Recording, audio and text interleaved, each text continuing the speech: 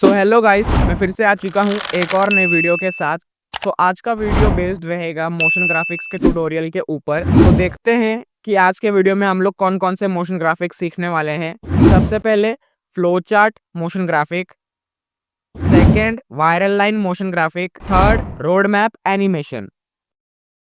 तो बिना किसी देरी के शुरू करते हैं आज के इस मोशन ग्राफिक्स के ट्यूटोरियल को। So let's begin.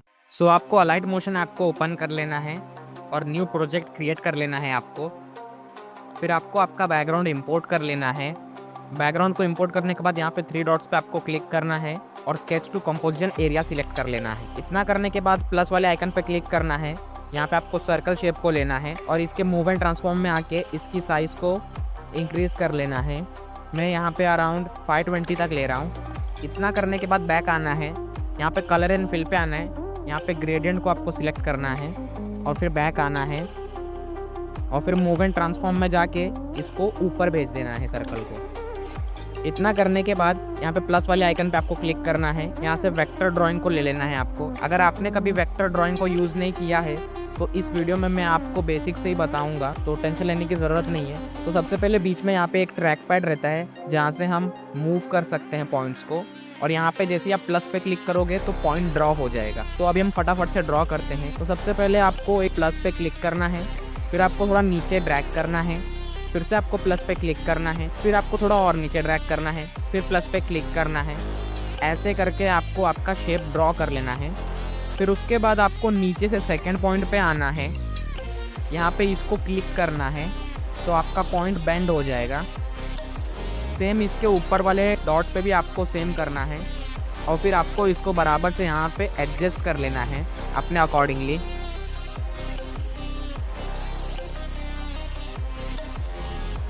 Perfectly adjust करने के बाद आपको बैक आना है। यहाँ पे आपको कलर एंड फिल पे आना है और इसको नन कर देना है आपको। फिर बैक आना है, यहाँ बॉर्डर एंड शेडो पे आना है आपको। स्ट्रोक को इनेबल कर लेना है और जो मन करे आप वो कलर दे देना स्ट्रोक को। मैं यहाँ पे रेड दे दे रहा हूँ और इसकी लेंथ को आपको 7.0 कर देना है।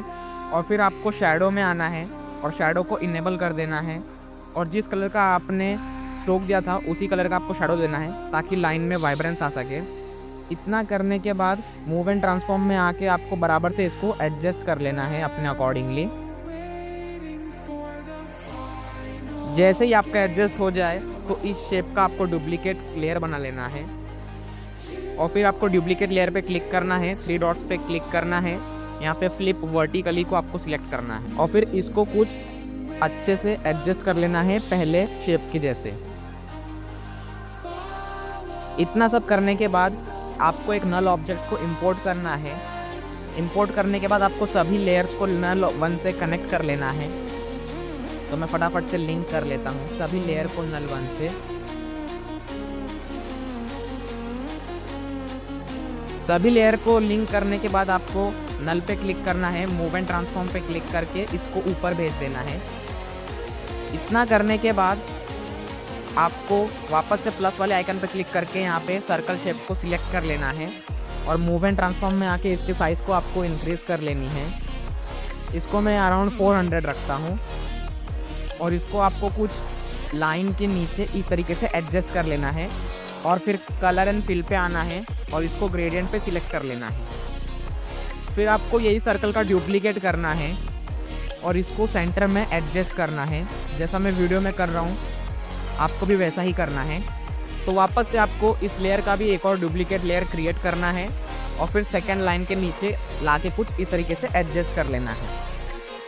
इतना सब करने के बाद अभी हम टेक्स्ट ऐड कर लेते हैं। तो यहाँ पे टेक्स्ट पे आपको क्लिक करना है। जो भी आपका टेक्स्ट रहेगा उसको आपको लिख लेना है यहाँ पे। यहाँ पे ऊपर आप कलर भी दे सकते हो अपने मन का जो देना है आपको, और यहाँ पे साइज़ भी इंक्रीज़ कर सकते हो आप फ़ॉन्ट की, और आप कौन सा फ़ॉन्ट भी दे सकते हो अपने अकॉर्डिंगली आप यहाँ से चूज़ कर सकते हो। तो मैं फटाफट से तीनों सर्कल्स में टेक्स्ट लगा देता हूँ।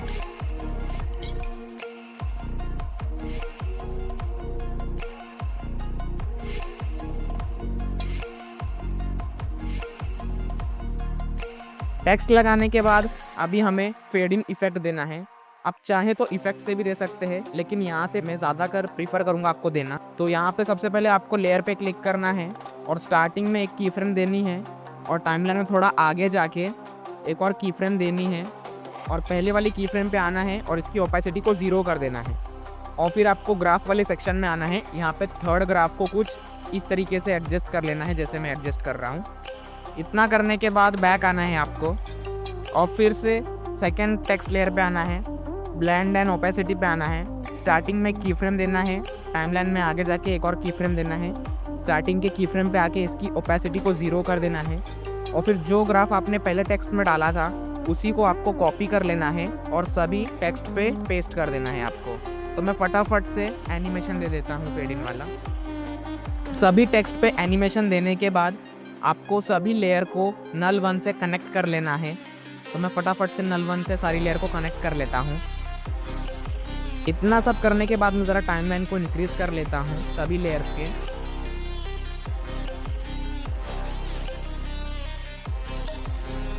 टाइमलाइन को इंक्रीज़ करने के बाद यहाँ पे आपको नल 1 पे क्लिक करना है, मूव एंड ट्रांसफॉर्म में आना है और इसको नीचे ड्रैग कर देना है आपको।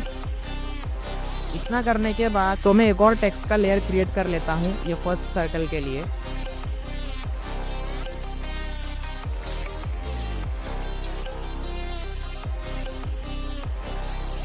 और फिर इसमें भी फेड इन एनिमेशन दे देता हूँ मैं।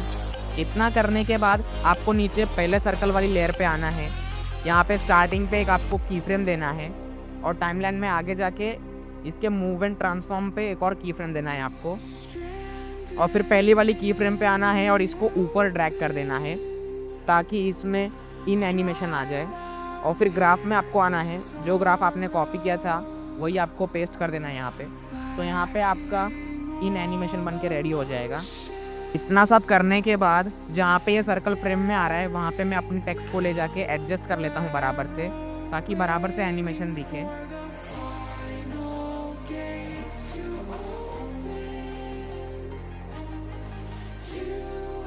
इतना सब करने के बाद अभी हमको लाइन को एनिमेशन देना है। तो शेप वाली लेयर पे आपको क्लिक करना है और इफेक्ट पे आना है। यहाँ पे ऐड इफेक्ट पे आना है आपको। यहाँ पे सर्च बार में आपको सर्च करना है drawing progress. Drawing progress search करने के बाद यहाँ पे इस इफेक्ट को स्टैंडर्ड सेटिंग्स पे इंपोर्ट कर लेना है। फिर आपको एंड पे आना है, स्टार्टिंग पे की फ्रेम देनी है और टाइमलाइन के लास्ट पे की फ्रेम देनी है और फिर फर्स्ट की फ्रेम पे आना है और एंड की वैल्यू को आपको 0 कर देना है। इतना करने के बाद यहाँ पे ग्राफ में आना है, वही सेम ग्राफ आपको पेस्ट कर देना है और इस इफेक्ट को फिर आपको कॉपी कर लेना है और सेकंड जो शेप रहेगी उसमें आपको पेस्ट कर देना है। इतना सब करने के बाद आपका लाइन का एनिमेशन बन के रेडी है। सो इतना सब करने के बाद अभी नल लेयर पे आपको क्लिक करना है। यहाँ पे एक की फ्रेम देनी है आपको जैसे ही लाइन ड्रॉ होएंगी और फिर टाइमलाइन के एंड पे जाना है और यहाँ पे इसको नीचे ड्रैग कर देना है और फिर दोनों की फ्रेम्स के बीच में जो आपने ग्राफ कॉपी किया था उसको पेस्ट कर देना है। सो यहाँ पे आपका एनिमेशन बन के रेडी है कुछ इस तरीके से। सो इस वायरल लाइन को बनाने के लिए आपको अलाइट मोशन में न्यू प्रोजेक्ट क्रिएट कर लेना है। आपको फिर वेक्टर ड्राइंग सिलेक्ट कर लेना है और फिर जैसा मैं ड्रॉ कर रहा हूँ वैसा ही आपको भी ड्रॉ कर लेना है कुछ इस तरीके से। सेकेंड पॉइंट, फिर यहाँ पे थर्ड पॉइंट आना चाहिए, यहाँ पे फिर आपको फोर्थ पॉइंट देना है, यहाँ पे फिफ्थ एंड देन यहाँ पे सिक्स्थ एंड देन यहाँ पे लास्ट पॉइंट सेवेंथ। फिर इतना करने के बाद नीचे से आपको सेकंड लाइन पे आना है और यहाँ पे आपको क्लिक करके इसको बेंड करना है। फिर उसके ऊपर वाली डॉट पे आना है और इसको भी आपको बेंड कर देना है। इतना करने के बाद आपको बैक आना है, कलर एंड फिल पे आना है और यहाँ पे नन कर देना है कलर को। इतना करने के बाद यहाँ पे आपको बॉर्डर एंड शैडो पे आना है और इसके स्ट्रोक को एनेबल करके आपको जो कलर देना है वो कलर दे दो। और फिर शैडो में आपको आना है और शैडो को भी एनेबल करके जो कलर आपने दिया था स्ट्रोक को वही कलर शैडो पे भी देना है आपको। और फिर इफेक्ट पे आना है, ऐड इफेक्ट पे आना है, आपको सर्च बार में सर्च करना है ग्लो और इसको इंपोर्ट कर लेना है स्टैंडर्ड सेटिंग्स पे। फिर उसके बाद जो कलर आपने चूज़ किया था वो कलर आपको सेम यहीं पे चूज़ करना है और फिर आपको अल्फ़ा की वैल्यू को 40 करना है और हार्डनेस को 0.5 करना है। इतना सब करने के बाद वापस से आपको फिर अपने शेप को बराबर से एडजस्ट कर लेना है अपने अकॉर्डिंगली।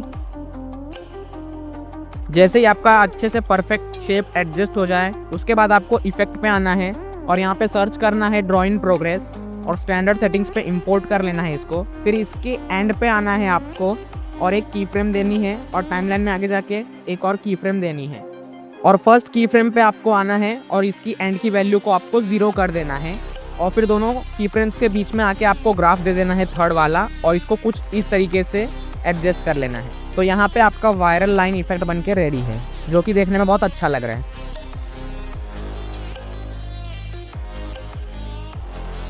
सो इस रोड मैप एनिमेशन को बनाने के लिए आपको अलाइट मोशन को ओपन कर लेना है, वेक्टर ड्राइंग को आपको सिलेक्ट कर लेना है और आपको यहाँ पे रोड का पाथ बनाना है। तो जैसा मैं ड्रॉ कर रहा हूँ वैसा ही आपको ड्रॉ करना है तो आपका बराबर से पाथ बनेगा रोड का।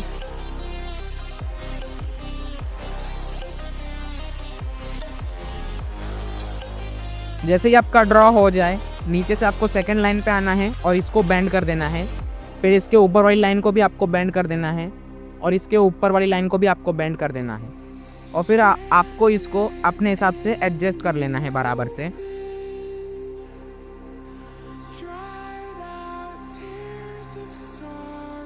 एडजस्ट करने के बाद बैक आना है आपको और इसके कलर एंड फिल पे जाना है आपको और यहाँ से इसका कलर नन कर देना है आपको और फिर यहाँ पे बॉर्डर एंड शैडो पे आना है, स्ट्रोक को एनेबल करना है, इसको वाइट कलर देना है और इसकी वैल्यू को आपको 90 सेट करना है। इतना करने के बाद आपको बैक आना है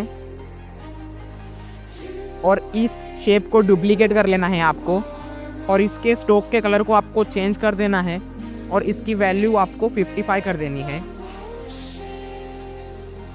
इतना करने के बाद बैक आना है आपको, यहाँ पे शेप पे आपको क्लिक करना है, इफेक्ट पे आना है और यहाँ से ड्राइंग प्रोग्रेस इफेक्ट को इंपोर्ट कर लेना है और फिर एंड पे आना है आपको। स्टार्टिंग में एक की फ्रेम देनी है और एंड में एक की फ्रेम देनी है और स्टार्टिंग के की फ्रेम पे आके आपको एंड की वैल्यू को 0 कर देना है। इतना सब करने के बाद मैं टाइमलाइन को सभी के एडजस्ट कर लेता हूँ। इतना सब करने के बाद आपको प्लस वाले आइकन पे क्लिक करना है, यहाँ से एक सर्कल शेप इंपोर्ट कर लेना है। इसके कलर को आप अपने अकॉर्डिंगली रख सकते हैं।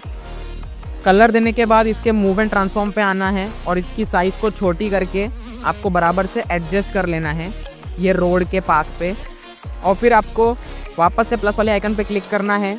यहाँ पे मैं एक मैन कैरेक्टर का शेप ले रहा हूँ, आप कौन सा भी शेप ले सकते हैं और इसको आपको सर्कल के अंदर बराबर से एडजस्ट कर लेना है कुछ इस तरीके से जैसा मैं आपको वीडियो में करके बता रहा हूँ। इतना सब करने के बाद आपको सर्कल और शेप का टाइमलाइन को सभी के टाइमलाइन के बराबर जितना कर देना है। फिर आपको सर्कल और कैरेक्टर शेप को सिलेक्ट करना है और इनका ग्रुप बना लेना है और फिर इस ग्रुप को डुप्लीकेट करके जहाँ पे भी रोड्स के कर्व रहेंगे वहाँ पे आपको इसको एडजस्ट कर लेना है कुछ इस तरीके से जैसा मैं आपको वीडियो में करके बता रहा हूँ।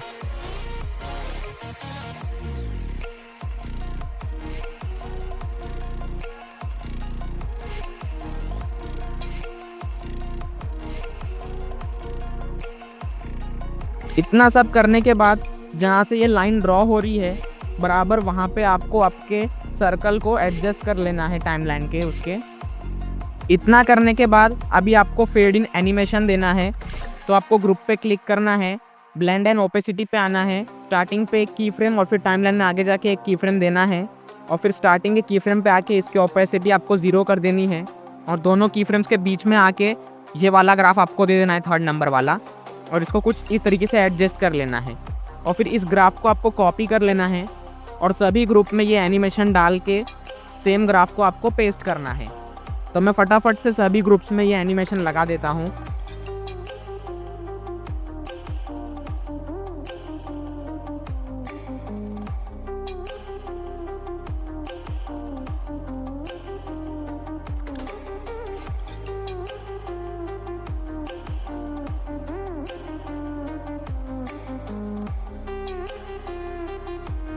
सभी ग्रुप्स में एनिमेशन लगाने के बाद और उनको बराबर से एडजस्ट करने के बाद जहाँ पे ये सबकी जो टाइमलाइन आगे बढ़ चुकी है उन सबको आपको ट्रिम कर देना है और सभी की टाइमलाइन को आपको सेम रखना है। इतना सब करने के बाद आपको सभी लेयर को सिलेक्ट करना है और सभी लेयर का आपको ग्रुप बना लेना है। लेकिन उससे पहले हमने यहाँ पे वीडियो का बैकग्राउंड इंपोर्ट ही नहीं किया है, तो मैं फटाफट से पहले उसको इंपोर्ट कर लेता हूँ। तो मैं फटाफट से यहाँ पे ग्रुप पे क्लिक करूँगा। यहाँ पे ग्रुप में एडिट ग्रुप पे क्लिक करके वहाँ पे मैं अपना बैकग्राउंड को इंपोर्ट कर लूँगा और इसकी लेयर को सबसे नीचे वाली लेयर पे एडजस्ट कर लूँगा। तो इस तरीके से हमारा बैकग्राउंड भी फिर लग जाएगा। इतना करने के बाद फिर आपको इफेक्ट पे आना है, ऐड इफेक्ट पे आना है आपको, और यहाँ से आपको फ्लिप वर्टिकल आपको सिलेक्ट करना है। जैसे ही आप सिलेक्ट करोगे फिर यहाँ पे 2 की फ्रेम्स आ जाएंगे, आपको दोनों की फ्रेम्स को डिलीट कर देनी है। डिलीट करने के बाद यहाँ पे इसके एंगल को आपको -35 रखना है और फिर बराबर से इसको आपको आपके फ्रेम में एडजस्ट कर लेना है। इसकी साइज़ को आपको थोड़ी सी इंक्रीज़ कर लेनी है और फिर मूव एंड ट्रांसफॉर्म में आना है और इसको थोड़ा सा ऊपर ले जाना है और फिर वापस से जूम करना है। इतना सब करने के बाद आपका यहाँ पे रोड मैप एनिमेशन बन के कुछ इस तरीके से रेडी है, जो कि देखने में बहुत अच्छा दिख रहा है और स्मूथ भी दिख रहा है।